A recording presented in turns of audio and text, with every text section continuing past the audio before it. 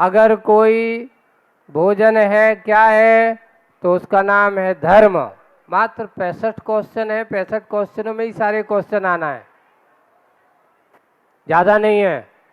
और इतना अच्छा है, ये एक एक क्वेश्चन के ऊपर अगर हम बोलने जाते हैं तो पूरे 4 महीने की क्लास चल जाती इस पर। लेकिन आज आप लोगों को मात्र 10 दिन में पूरी की क्लास पढ़ाई जा रही है ना। ये पूरी 10 दिन में आपको पूरी क्लास पढ़ाई जा रही है। फिर भी अब आगे क्वेश्चन आता है, का सूची रहे हो। इस लोक में शुचि पवित्र कौन है? पवित्र कौन है? तो लिखा यस्य मानसम शुद्धम। अब लोग आकर के पूछते, महाराज शुद्धि क्या है, वो कैसे होती है? तो जिनकी मन शुद्धि अच्छी हो, सबसे पहले तुम शुद्धि बोलते हो महाराज के पास आहार के लिए, तो सबसे पहले क्या बोलते हो? पहले मन शुद्धि, फिर दूसरी वचन शुद्धि, फिर तीसरी काय शुद्धि। तो पहले हमारा मन क्या होना चाहिए? यस्य मानसम शुद्धम। इस संसार में, इस लोक में अगर सबसे कोई पवित्रता है, इस लोक में अगर कोई सबसे ज्यादा पवित्रता है, पवित्र कौन है? तो जिसका मन शुद्ध है वह पवित्र है। आप लोग मन में किसी के बारे में अच्छा सोचते हो तो समझ लेना वो मन आपकी पवित्रता का कारण है। और अगर हम मन में किसी के बारे में बुरा सोचते हैं तो आपका मन गंदा हो गया। इसलिए सबसे पहले मन की शुद्धि बहुत जरूरी है। अपने जीवन को पवित्र बनाओ। पहले एक बहुत अच्छी है, एक कहावत चलती थी, मन चंगा तो कटौती में गंगा, है ना। मन अगर पवित्र है तो गंगा जाने की जरूरत नहीं है, आपकी कटौती में गंगा है। कटौती आप जानते हो? कटौती जो वे लोग जो होते ना भिक्षा पात्र करते हैं तो उसके हाथ में लेकर के जो मांगते हैं तो उसको कटौती बोलते हैं। तो बोले कि कहीं नहीं जाना, आपके हाथ में गंगा है। और अगर मन गंदा है और गंगा में डूबे रहो तो देखो मगरमच्छ कहाँ रहता है? बोले कि उस गंगा नदी में रहता है। आज तक पवित्र क्यों नहीं हुआ? क्यों नहीं हुआ? तो बोले कि क्योंकि उसका मन हमेशा जुगाड़ में रहता है कि कोई मछली आए मैं मारूंगा, मैं खाने को। वो हमेशा अपने भोजन की सोचता है, मन को पवित्र करने की नहीं सोचा करता है। इसलिए मन की पवित्रता बहुत जरूरी है। मन में अगर पवित्रता है तो हमारा जीवन पवित्र है। अगर मन पवित्र नहीं है तो आप कोई भी किसी प्रकार से पवित्र नहीं हो सकता। दूसरा क्वेश्चन, का शुचि रे हो यो। इस लोक में शुचिता क्या है? शुचि कौन है? तो जिसका मन कैसा है? पवित्र है। का पंडिता, पंडित कौन है? क्वेश्चन क्या है? पंडित कौन है? किसके कहते हैं पंडित कौन है? किसको कहा गया? जो खूब पढ़े सो वो पंडित, ग्रंथों को लेके चले सो वो पंडित। लेकिन यहाँ आचार्य अमोघ वर्ष मुनि महाराज कहते हैं कि नहीं, पंडित वो जो विवेकी हो। विवेकी किसे कहते हैं? विवेक किसका नाम है? तो जान करके जिसको हे उपादेय का ज्ञान हो तो उसका नाम विवेक है। आप लोग जानते हो कि हमारे लिए ये अच्छी है और ये बुरी है। ये कार्य करने से मेरा अच्छा होगा और ये कार्य करने से मेरा बुरा होगा। तो जो अच्छा होगा उसको तो करता है और जो बुरा है उसको बचता है। इसका नाम विवेक है। ज्ञान प्राप्त करने के बाद हे उपादेय की दृष्टि होना, विवेक ज्ञान होना, कि वही सबसे बड़ा पंडित है। और विवेक ज्ञान के बिना जो व्यक्ति पढ़ता है वो पंडित कभी नहीं हो सकता। आपको विद्वान बनना है, आपको ज्ञानी बनना है, तो सबसे पहले ज्ञानी बनने के पहले हे उपादेय की दृष्टि रखो। एस बोलो नहीं बालको, किससे बातें हो रही? तो हे उपादेय, हे किसे कहते हैं? बुरा, छोड़ने योग। उपादेय क्या है? ग्रहण करने योग, जो अपन ने पहले पढ़ा है। इसलिए विवेक ज्ञानी बनो, विवेकवान बनो, और जो विवेकवान होता है वही पंडित होता है।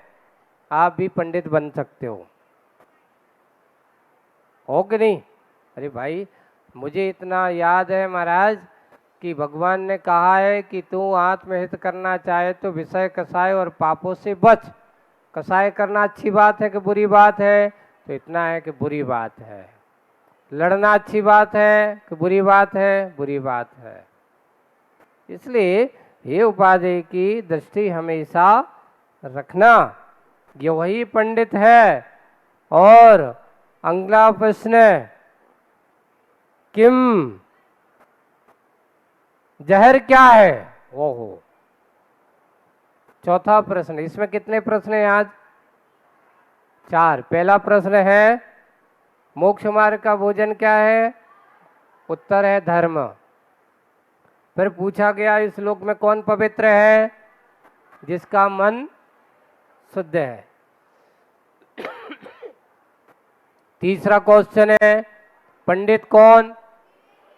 जो विवेकी है। ठीक है। अब चौथा क्वेश्चन आ रहा है, जहर क्या है? ओ, सबसे बड़ा जहर अगर कोई है तो उन्होंने कहा गुरु का अवधीरता, गुरु अवधीरता। जो गुरुओं का तिरस्कार करता है, कभी गुरुओं के ऊपर बुरे शब्द नहीं कहना, गुरुओं के कभी अपमान नहीं करना। जो व्यक्ति गुरुओं का अपमान करते हैं, सुनो, एक जहर वो होता है जो मात्र एक भव को खराब करता है।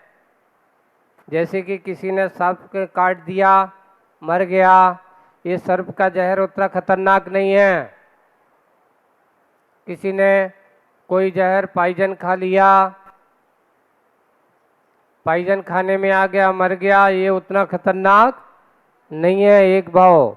लेकिन जो व्यक्ति अपने जिंदा रह करके गुरुओं का तिरस्कार करते हैं, गुरुओं की निंदा करते हैं, गुरुओं के बारे में बुरे विचार रखते हैं, अपशब्द कहते हैं, इस प्रकार का जो तिरस्कार करना, ये एक भाव नहीं अनेक भाव को खराब कर देते हैं। एक भाव नहीं, कितने भाव को? गुरुओं का तिरस्कार करने वाला।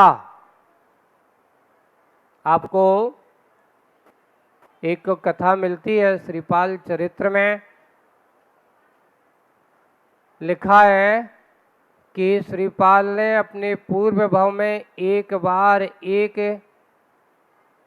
बीमार मुनि महाराज को देख करके उनसे ग्लानि करके उनका तिरस्कार किया था। क्या किया था? तिरस्कार किया था।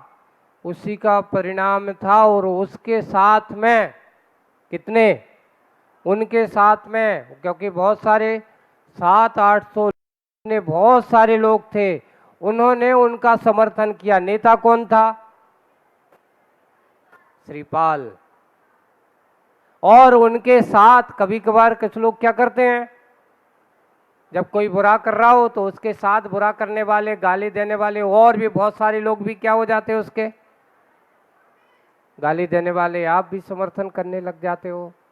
कभी भी किसी के बारे में होटिंग नहीं करना चाहिए।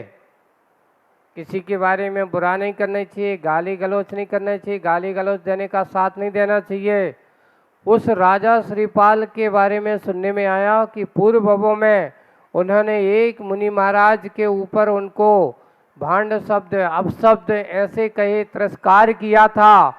उनके साथ उन लोगों ने भी तिरस्कार किया था। उसी का परिणाम था कि उनको कुष्ठ रोग जैसा महारोग हुआ।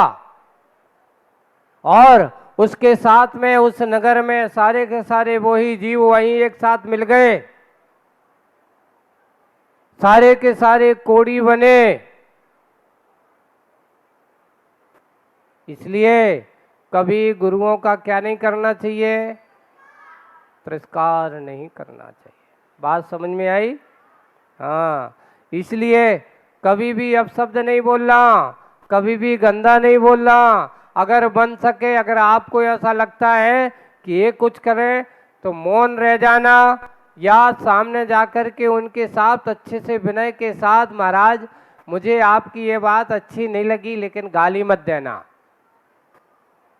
कभी मान लो आपको हो सकता है गलती अगर होती है तो उनसे कह दें, महाराज ये शब्द ऐसा है, मैं आपकी निंदा नहीं है पर मुझे ये बात अच्छी नहीं लगी।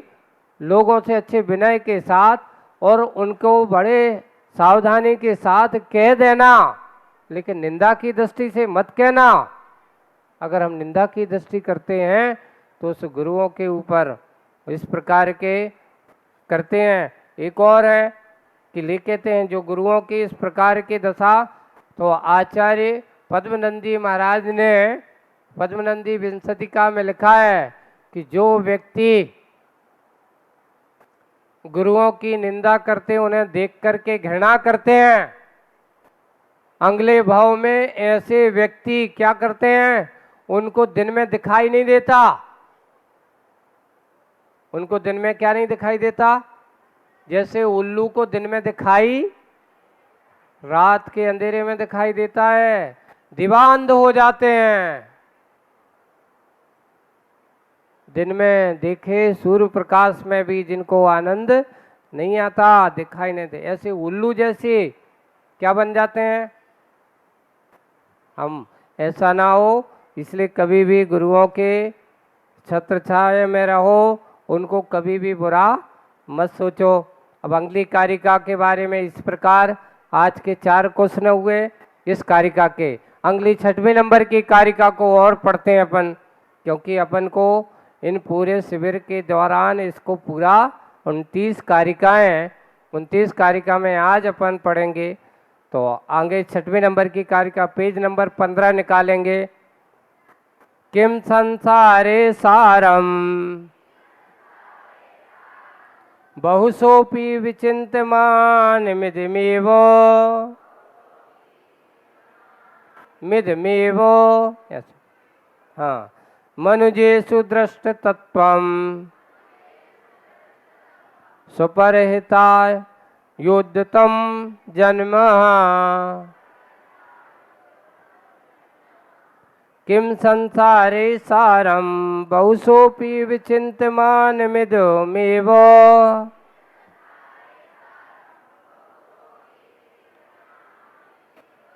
मनुजेषु दृष्ट तत्वम स्वपरहिता योद्यतम जन्म।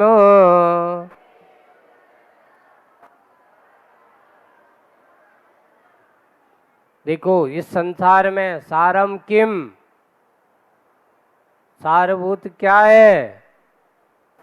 इस संसार में अपन लोग कहते हैं कि कहीं सार नहीं है, कहीं सार नहीं है, कहीं सुख नहीं है।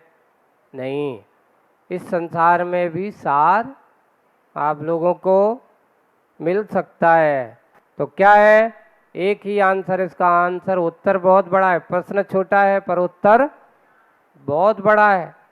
अच्छा, तो किम संसारे सारम, इस संसार में सार क्या है?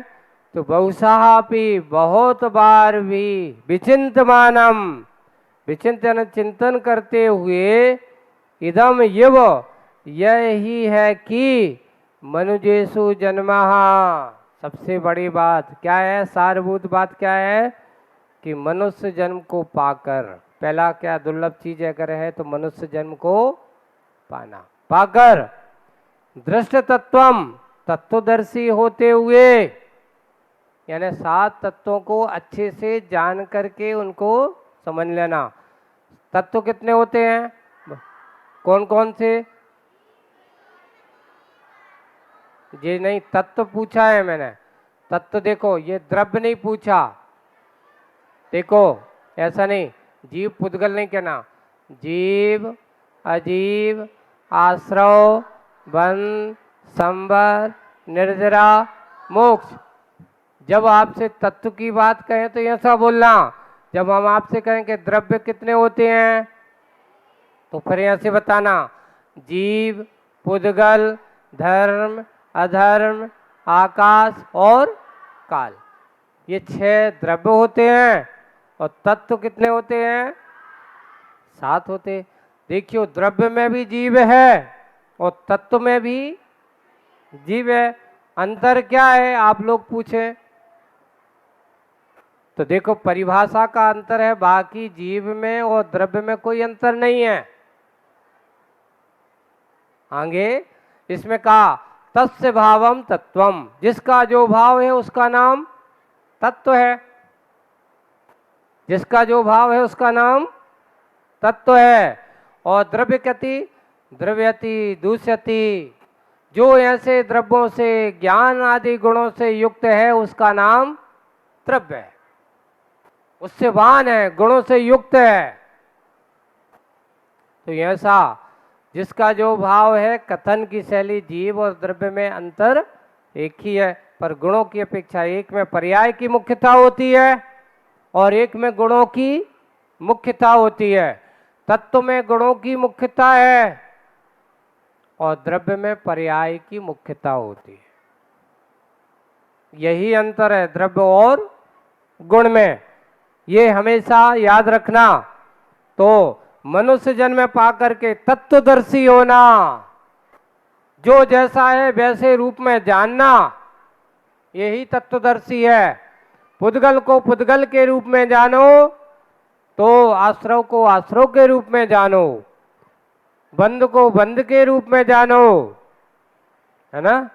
ये सारे के सारे जो जैसा है वैसे रूप में जानना, यही तत्वदर्शी।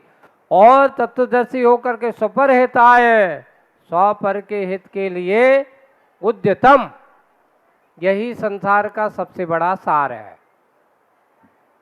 क्या है उत्तर, क्या हुआ इसका कि बहुत बार चिंतन करते हुए यह है कि मनुष्य जन्म को पाकर के सबसे पहले तत्वदर्शी बनना और तत्वदर्शी बनकर के स्वपर हिताय, अपने हित के लिए और पर के लिए हमेशा उद्यमशील रहना।